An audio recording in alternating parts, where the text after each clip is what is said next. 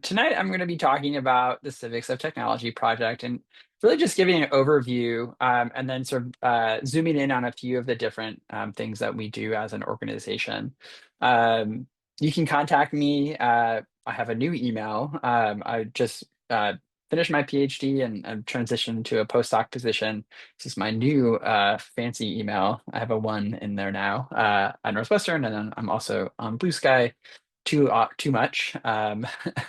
But if you have follow-up questions or want to connect, I'd be happy to chat further. So I actually want to start here. And this is a headline from a press release and a slide from not a critical, an AI literacy curriculum. And so in March, or excuse me, January of 2024, Common Sense Media, which is a big nonprofit that puts out a lot of different curriculum and recommendations for families, for educators around different films and toys and sort of rates them according to various metrics. Common Sense Media announces its partnership with OpenAI to quote, right, help teens and families safely harness the potential of artificial intelligence. Several months later, in March of 2024, the organization Common Sense Education, which is sort of the sister organization under the umbrella of Common Sense Media, publishes an AI literacy curriculum for middle school and high school educators. And I'm a former high school English teacher, and so I was curious to see, how was AI being depicted, in particular because OpenAI was a partner, and I would argue sort of has captured the space around education and technology, especially generative AI and its various tools. And so here we have this slide that this is meant for a teacher to show to their class to teach how AI learns, right? And so we have, right, the text here, the robot in the middle represents artificial intelligence. It's surrounded by people who are talking to it and showing it books. These people are the human, quote, trainers. And so this is one story that OpenAI, in partnership with Common Sense Education, is telling about its tools. And a question is whether or not this is an accurate story. Does this really tell young people the truth about how OpenAI trained its models for ChatGPT? And I would Charles, argue, I'm yeah. so sorry to interrupt, Charles. I just noticed that I don't think we're seeing the same slides as you are seeing. And maybe the slides. We just were seeing uh, the title slide. okay. Thank you for, huh, let me reload that. That would be helpful if you were seeing what I was seeing. Okay. Perfect. Yeah, Looks great. that looks like what you were describing. Okay. You're just gonna have to imagine everything. If that happens again, just interrupt me, please, and let me know. Thank you. So again, is this an accurate depiction of how AI learns, and in particular how OpenAI trained its models? No, I would argue it is not. Instead, right, we've have a number of stories that emerged in 2023. I have my copy of Karen Ho's book, The Empire of AI: Dreams and Nightmares, and Sam Altman's OpenAI, which you can read more to sort of understand actually how OpenAI partnered with really outsourced the work of training its models to this third parties. In this case, SAMA is one of those organizations. And right, this is a quote from or headline from The Guardian, and this quote from one of the Kenyan data annotators who was responsible for training the data that was used to create ChatGPT. It's destroyed me completely. Kenyan moderators decry toll of training of AI models. And the subtitle, right? Employees describe the psychological trauma of reading and viewing graphic content, low pay, and abrupt Charles, dismissals. I'm sorry. Are we is Yeah, next slide as well? man, is that what is going on? Yeah, it's supposed to. Huh. Hmm.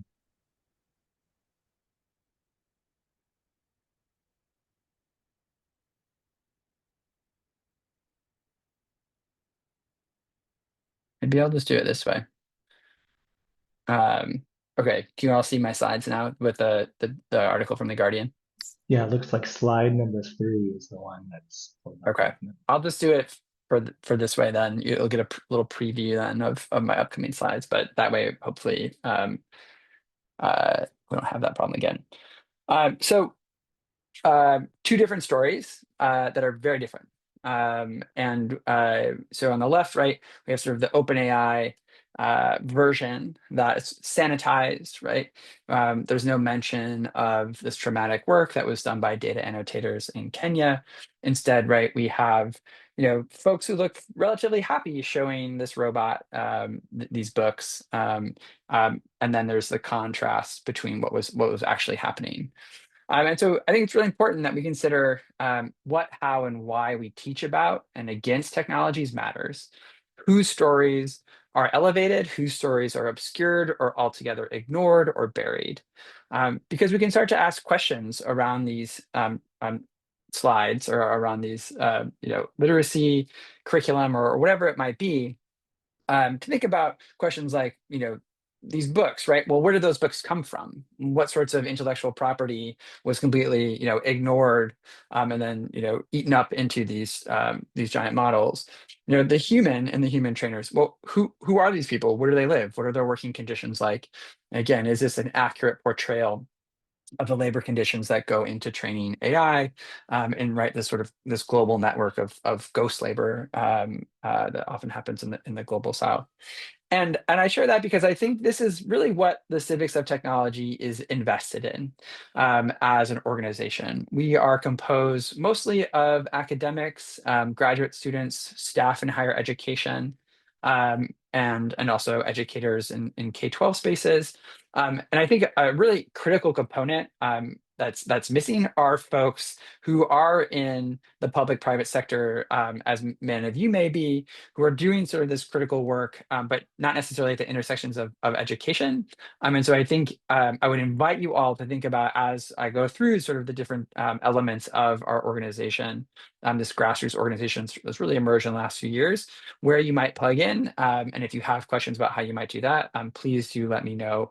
And I'm happy to sort of think with you about that.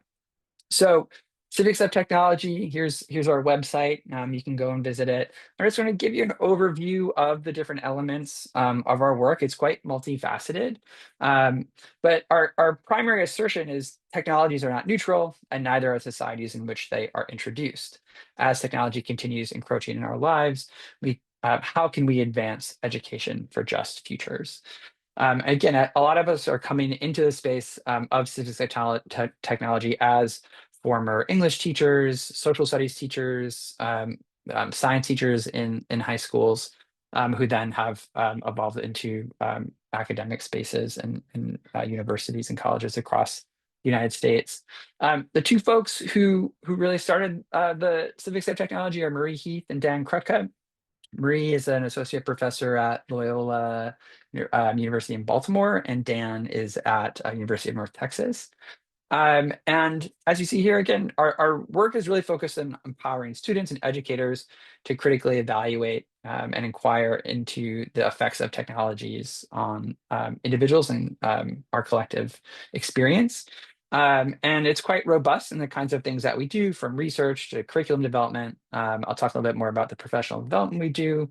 And then really that emphasis on seeking to advance democratic, ethical, and just uses of technology in schools in particular, but I think also interested in trying to pursue a broader set of contexts in which we're having conversations around technology and society, as I know you all are doing in this work here in this space.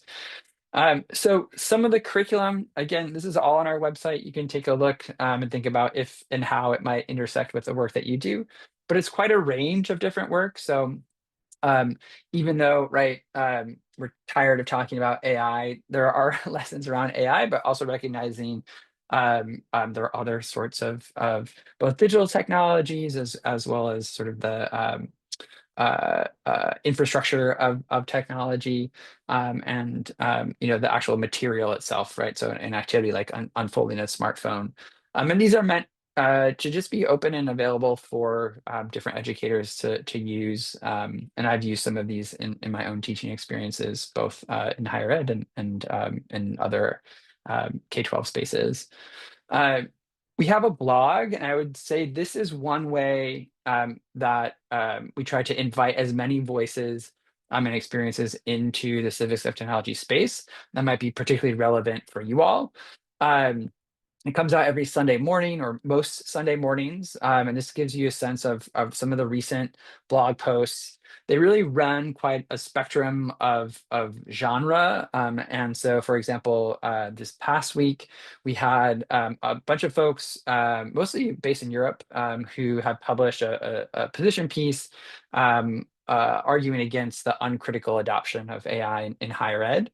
And so the blog post is really about the journey that they took to writing that piece, which included this open letter that many folks across, it started in the Netherlands, but spread from there, interested in signing and as a sign of solidarity.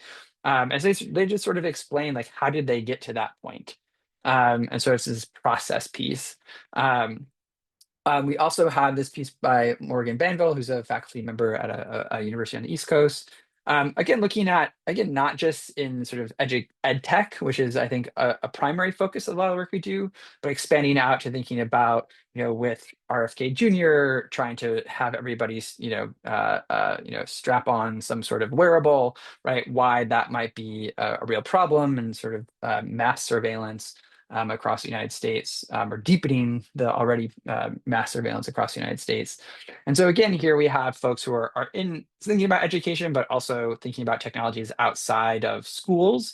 And I think that's where the expertise of the folks gathered here today makes a lot of sense to think about, well, how might you write a blog, a post about the kind of work that you do to offer up and connect with folks. This past August, we had several blog posts written by students, high school students, who were interviewing people in their community. In this case, there was comes from Austin, Texas, and a student there talking with a lawyer, Andy Liddell, who is involved in bringing about lawsuits against big tech companies and the ways that they're kind of abusing student privacy and data. And so it's quite a range of the different sorts of blog posts. There isn't one particular kind of voice, or it's not academic. I think that is intentional to really speak to a wide audience. And so if there's a project you're working on, if there's some findings that you want to share that you think would be helpful, I think probably our audience tends towards educators, but I think educators are always looking for, those case studies or those real life examples that they can bring into their classroom. And again, I think that's where the work that you all are doing, in this sort of thinking about civics and technology, is like a really close alignment with the kind of stuff that we're doing. So I'd encourage folks, if you're interested in writing a blog, there's a way to sort of submit an idea that I can share at the end there. But that's I think one way to really participate and also reach a lot of folks. I wanted to text Dan. I forgot to ask about our readership. I don't know how many people subscribe to our newsletter, but I think it's quite a few. The other things that we do, much like you all, we have regular events. I have 3 small children, so I don't normally attend the monthly tech talks, which happen in the evening. But it's really like an unstructured space, as I understand it, where folks just gather for an hour and say, like, hey, here's, if there's sort of a viral article, I saw one today about, chat bot integrated like stuffed animals, which to me are horrifying. And so people just sort of bring stories that they've read or questions that they have, and it's a space for mutual support and thinking through really kind of that community building space. We also have more formal discussions around book clubs. There's some that you see in the past. I had the real pleasure of speaking with Alex Hanna about the book that she wrote with Emily Bender around AI and hype.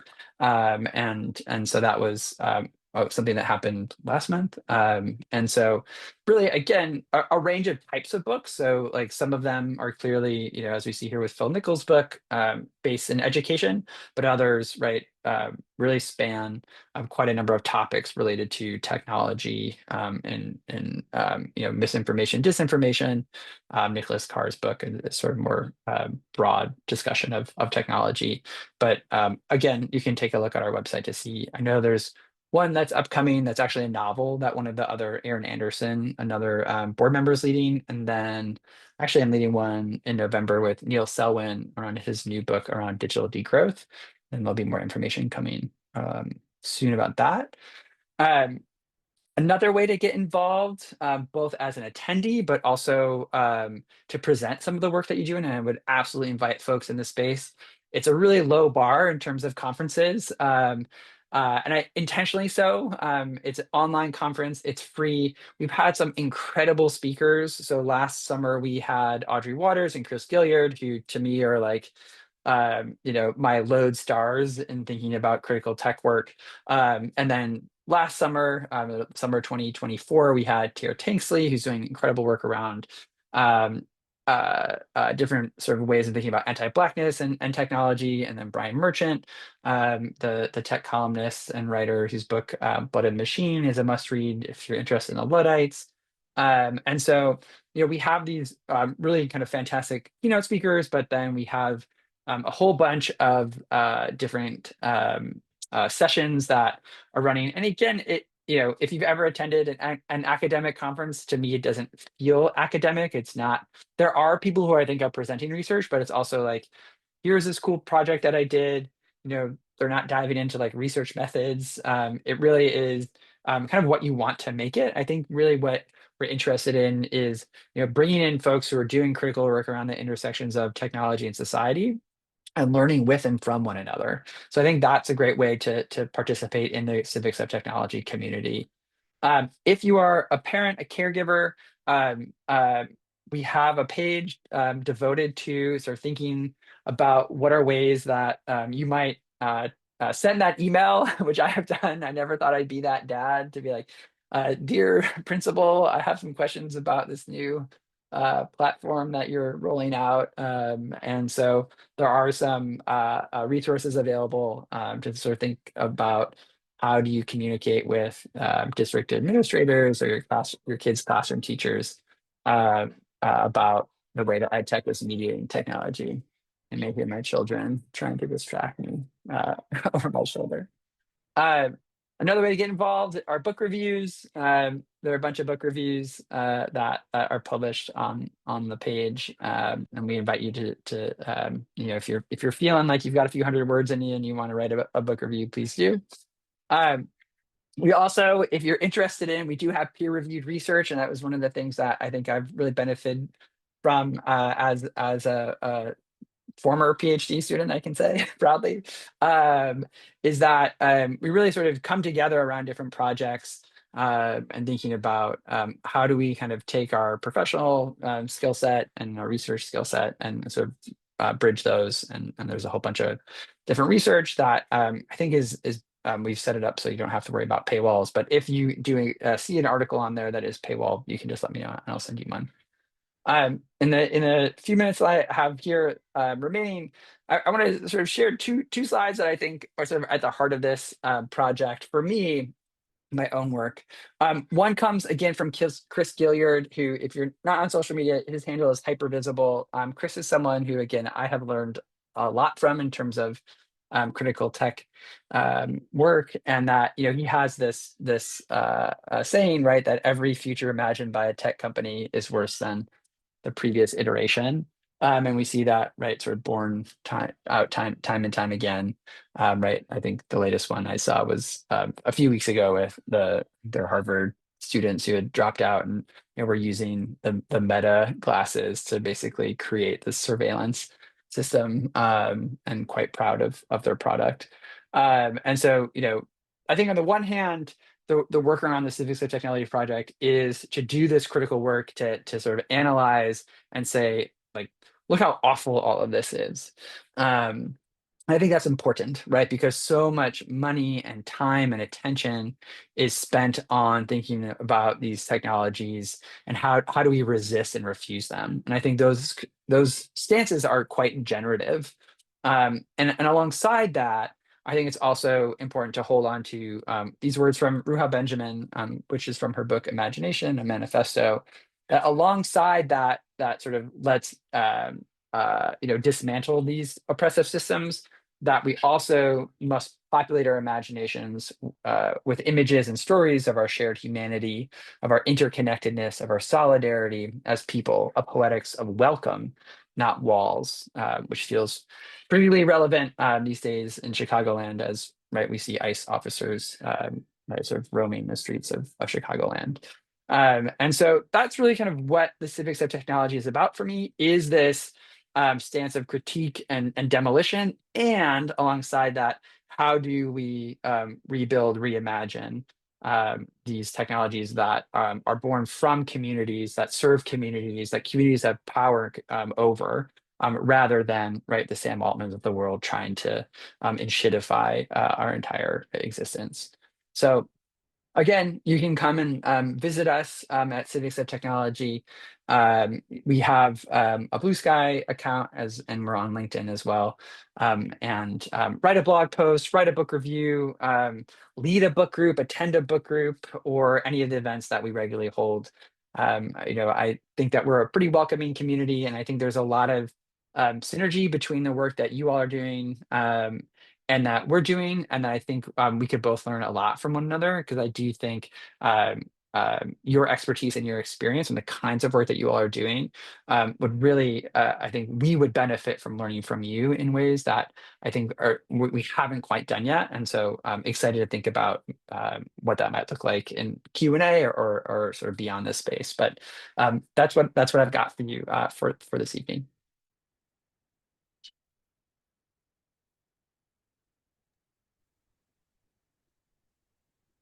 Okay, great. Thank you so much, Charles. So just as a reminder, as folks are thinking about the presentation, just go ahead and drop any of your questions. Oh, thanks. Oh, okay. Please post your questions into the chat, and then myself and the team will kind of organize them and bring them up to Charles. So yeah, I guess we can start with questions. Oh, I guess one person is let me see. So one question I see from the chat, I guess, is a person who's like, okay, so you're at Northwestern, when and where are your office hours on campus? That question. Yeah. Oh, I was in editing mode. Thank you, Howard, for letting me know that. I don't have formal office hours, but I'm always happy just to hop on a Zoom if you're in Evanston or Chicago and grab a cup of coffee. But I don't hold regular office hours. I'm in Annenberg Hall, if you know where that is. It's right by the new business school construction I was teaching last winter, and it was like very like on the nose metaphor of like you're in a school of education and like the building's literally shaking as like another new like glass beautiful multi-million-dollar business school building that's being built right next to you. Yeah. So I'm reading some questions here, and we have a couple about AI, right? So let me see. One question is generally about, let me see, it says, in the effort to address concerning issues with AI, what form will change, take in the near future as you're seeing it? Can you talk about legal, academic, regulatory, or other kinds of changes that you're seeing? Yeah. So the types of work that might sort of push back against AI. It does feel like a little bit, and maybe it's just because it's my social media bubble, that there is an inflection point, even working with young people. So the past two falls, I'm not teaching this quarter, but my advisor is Sapir Vakil, and we had designed a class together on AI equity in public education. And part of that is really sort of engaging college students, and I've done the same to some extent with high school students in a summer program that I led on the south side of Chicago last summer, is really engaging the political economy of these technologies. Because I think too often the conversation is sort of limited to these are cheating machines. I think that's important. And I think that discourse needs to continue. But I think in terms of sort of like the political education of young people, I think about my own kids included. They're 8, 5, and 3. So, it's maybe a different kind of conversation with them.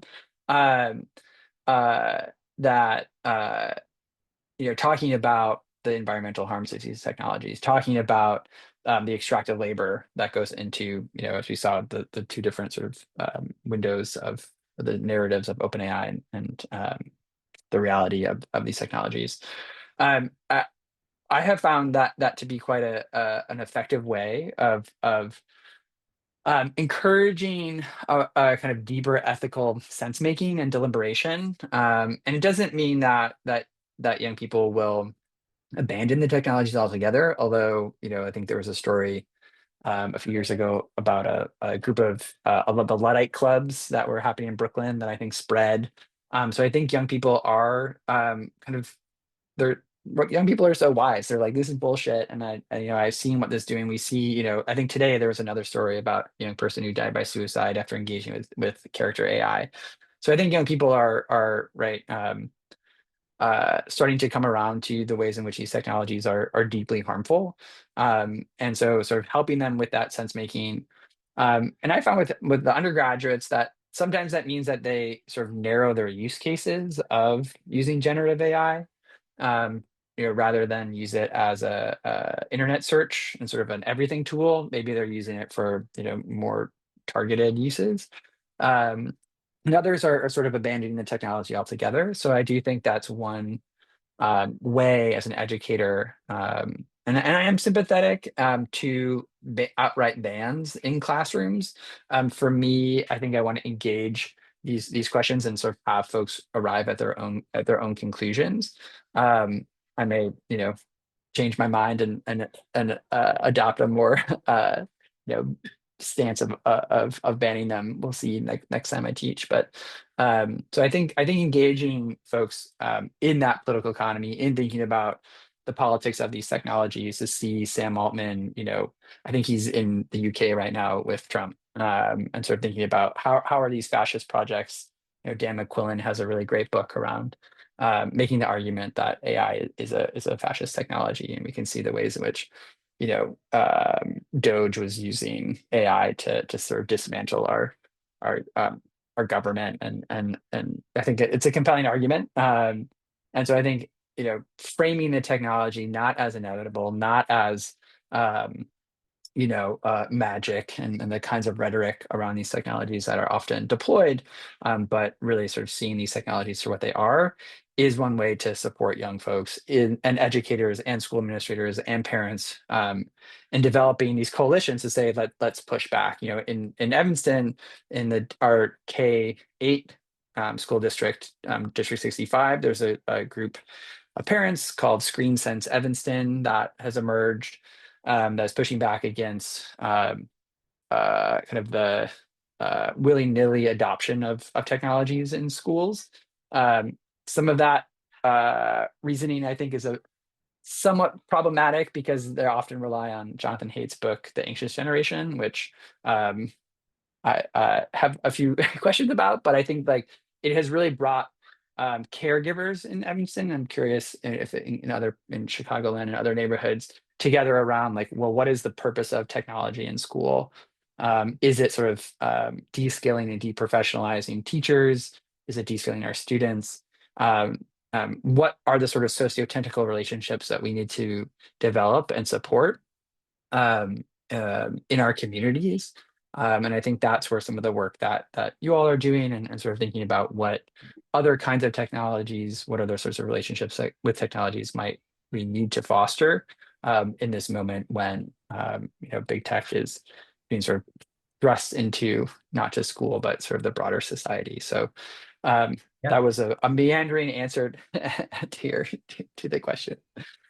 Oh no, yeah, it's but I think it gives a lot of points for people to kind of plug in and connect to.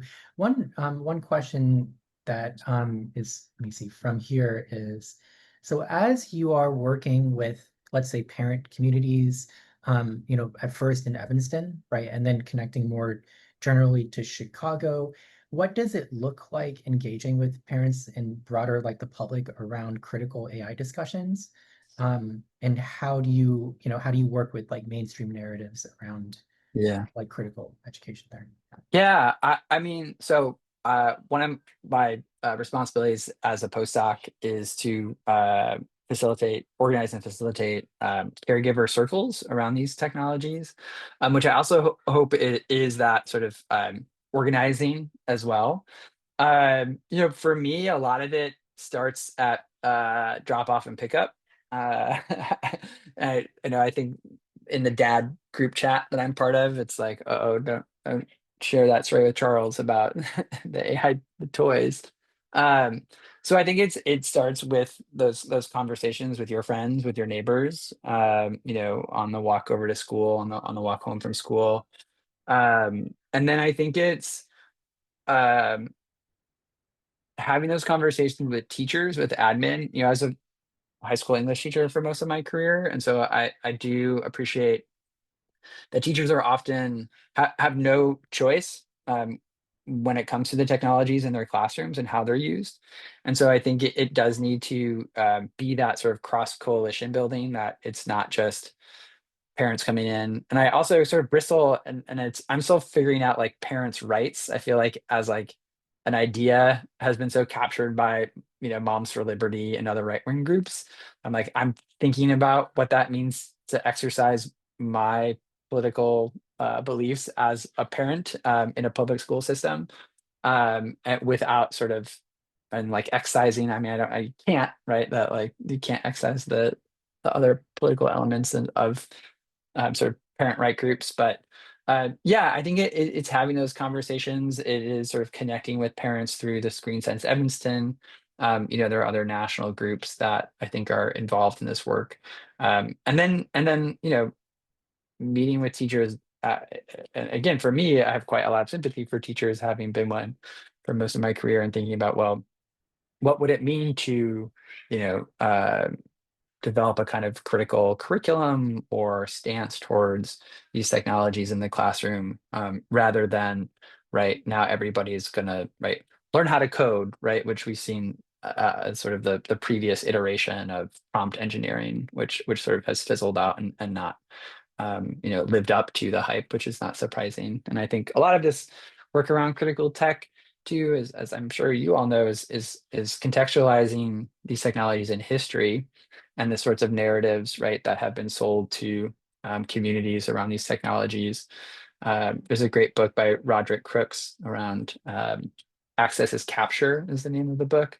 That the notion of, well, why don't we just um, get this is in LA and the iPads. So let's just get every kid in the LA United school district an iPad, and that will solve poverty. And so it's these socio-technical fixes, this techno solutionism that doesn't address the underlying inequities and the complexity of these sort of historical oppressions.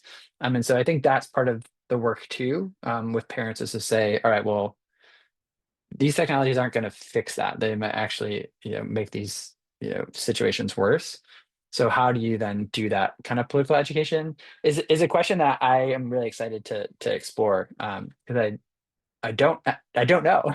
And so if you all know, and if I'm curious, like if you've had conversations, if you're a caregiver or not even a caregiver, but what those conversations look like, and how to sort of build that political power, I think is crucial, because the forces of big tech are quite persuasive in their narratives and their money.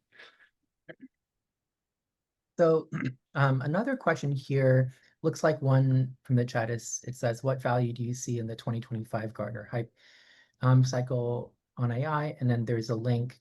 I think maybe something like a tack on question that I will add is that, okay, so there's hype around AI, and there's technologies come onto the scene, and then there's like displacements, right? Yeah. That happen, and then not generally what happens isn't necessarily what people think is going to happen. There's like conversations around like de-skilling, and then but other things happen. So I guess what do when you are thinking about AI, I guess in the education space, are there things that seem more durable to you, that are like, okay, this is like an aspect of it that's gonna, Yeah, yeah. well, and I think it's important. I mean, just looking at the hype cycle. I mean, one, right, that predates generative AI, and so right, there are so many types. AI has become the sort of in some way meaningless and also a very meaningful term to kind of be this umbrella of different technologies. Um, yeah, I mean, I think part of it is thinking about what are those narrow use cases that make sense for um, whatever sort of profession you might find yourself in, but then also, right, how was that technology developed? What sort of protections are in place around data and things like that. So um, I am not convinced that there's a compelling reason that anyone in a K-12 institution needs to engage with generative AI. And even in a post-secondary institutions that, I mean, once you maybe have a degree of expertise where you know how the technology is operating and you can sort of understand the ways in which it's deeply flawed. And beyond just, right, this notion of like quote unquote hallucinations, which I think is a problematic term because to me it confers a degree of cognition onto statistical models that are not sentient. Uh, but right, you still have to contend with the politics of these companies and the ways in which they're um, problematic. Um, so um, yeah, I mean, I think that a lot of it, I think, I was talking to actually a classmate of mine from my undergrad. We were in the same teacher education program, and she's an administrator now, and she was wrestling with this question of like, do we like buy Magic School AI accounts for everyone, or do we make Google Gemini available for everyone? She's working in a K-12 school, and her approach is to go very slow and to be in communication with the caregivers, the teachers, and not to leap to the conclusion that these technologies are inevitable and necessary. Again, that's generative AI. I mean, I think I was an English major, as I mentioned, and a high school English teacher by training, and so then you have the argument of like, well, where are the disciplinary knowledge that you need around if you're a computer scientist, and so that's a different conversation. I think the ways that these technologies are pitched, though, to educators, to folks more broadly, is that these technologies are going to save you time, they're going to improve your creativity, they're going to do this, that, and the other, and that, as far as I know, the empirical evidence supporting those claims are very thin, and so I think if you can find use cases that are bounded. And I think about, the best example that I know of and I go to is indigenous language rejuvenation and the uses of natural language processing and machine learning for one group in particular, Tehuku Media, in New Zealand, and thinking about how that group, has developed a whole sort of ecosystem around data sovereignty and developed small scale models and then developed apps to teach and maintain the Maori language. And that to me is, again, small scale, bounded, community built and maintained. But that's not what's happening with Google and Microsoft and OpenAI. And so and that I think is a challenge then for educators, for the developers of these technologies to say, well, what are those sort of really community-based models that are applicable to a school's needs, and that like a school should really be investing in, right? Rather than making sure that their classrooms have air conditioning or their children are fed, right? Like that to me is much more important than, can we run a fancy AI model to do whatever it might be. Yeah. So let me see. Kind of along those lines and drawing on your, thinking about like ed tech, the intersection of technology and education. Let me see, are there any trends within like AI and ed tech that don't contribute to enshittification? So I guess the question is perhaps like, are there like are there ed tech like technologists or companies that you think are like doing good and like partnering with teachers and educators to build technology that they want? So, for example, right, it's like you want to keep the lights on, you want to, that kind of thing. Yeah. And Yeah. questions coming from, it's like, people have read Post-Doctoral, right? They're thinking about enshittification on larger platforms, and now it's like, okay, what about for education? Yeah. Yeah. I mean, so I go back to some of the other examples. Like I remember I went to college from 2002 to 2006, and like that's when blogs started to be a thing. And I remember having a class blog, and so I think this was like decentralized space. It was probably on WordPress, and there was a movement, and I don't know if it's still in existence now, but domain of one's own, in some undergrad institutions where students, like the institution would basically provide a domain for you and sort of your work online, and you didn't have to then, the like sort of bigger platforms weren't quite in existence yet. And so I think a lot of it is like, where are those technologies where students have ownership of their data, teachers have ownership of their data, that data is not being used to sold to a third party or to be used in training of AI models.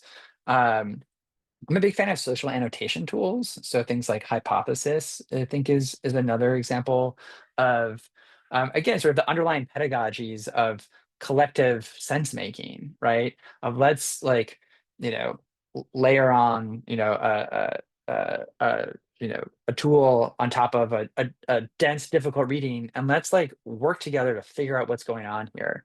So I think those are the sorts of tools. What's problematic now is that like, because they have things like Canvas, the learning management system we have at Northwestern, and are very popular in other institutions, where like OpenAI now and Canvas are in a deal where, and I don't think they've turned these on, thank God, at Northwestern, but where OpenAI's tools are like native to Canvas, and so all of this sort of thinking that can be outsourced, um, it's very dispiriting, right? To think about like this is sort of the reality, that we're living in. But I think those sorts of models of ed tech of what is the underlying pedagogy, you know, of the technology. Um, how is it relying or not relying on surveillance of students, of deepening inequities? Um, I think that to me is an important set of questions to ask. And pursue. And it's an opportunity then, I think, also, to sort of do that work on a small scale with institutions, rather than the massive scale of some of these technologies and the companies behind them. Yeah, thank you. So we're nearing the end. I think I'll just ask one more question and kind of tie it into an audience question. Thinking about narratives that AI is inevitable, there's a question about what are your thoughts about right to access or use certain technology, like AI? And I guess what I'll tack on here is, right, there's kind of a politics to calling things rights, right? So how does that fit into the, to narratives of inevitability of people taking up things because they're like, oh, this is a right that you have, right? Yeah, I mean, you have a right to use the technology. Um, I think and access it. I think access, as I mentioned before in Roger Cook's his book and others, uh, if from like an equity lens, right, access to me is a woefully insufficient like metric of success if you're like meeting the needs of really addressing more deep-seated issues, right? Like I can give you an iPad, I can give you a ChatGPT account. You've accessed the technology. Um, I I think that is insufficient. And so yeah, I mean, I wouldn't. I mean, again, I am sympathetic, and I would support an educator to say, you know, um, I will not allow my students to use these technologies in class. Now, if you have a student, a disabled student who needs certain AI technologies for, to address their the disability as an accessibility issue, that's a different question. And I think those students, by law, are entitled to those technologies. So I do want to differentiate there.